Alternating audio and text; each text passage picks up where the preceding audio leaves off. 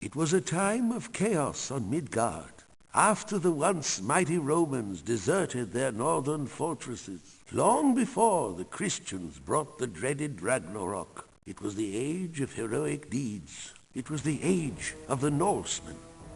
In ancient Scandinavia, locked away from the warmth of the civilized world by the icy barrier of the North Sea, warriors and heroes fought valiant battles and sought the favor of their gods and an honorable seat in Valhalla, the hall of Odin the Allfather. This is the world of Hammer of the Gods.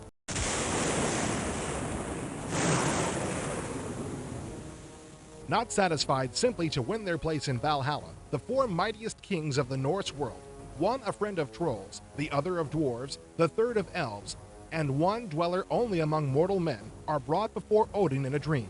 By completing quests offered them by all the lesser gods of Asgard, they can win a place for all eternity in the skaldic lore. One of them will triumph and be known as the Hammer of the Gods. With this basic premise, a new kind of god game was built.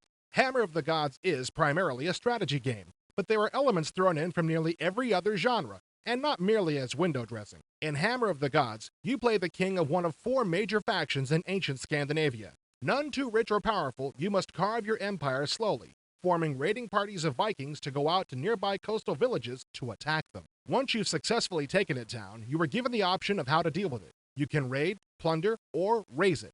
Each option is a trade-off in terms of damage to the town and wealth taken from it. Some sites can also be reclaimed and colonized by your swordsmen and archers. By carefully raiding and plundering, you can amass a fortune without completely cutting off the hand that feeds you. But Hammer of the Gods isn't a game of mindless conquest and pillage.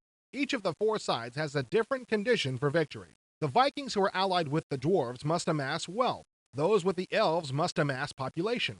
The troll friends must develop their military might, and the lone humans need to collect all of the magic that can be found. And beyond these four principal paths, there is the quest tree, the real core of Hammer of the Gods.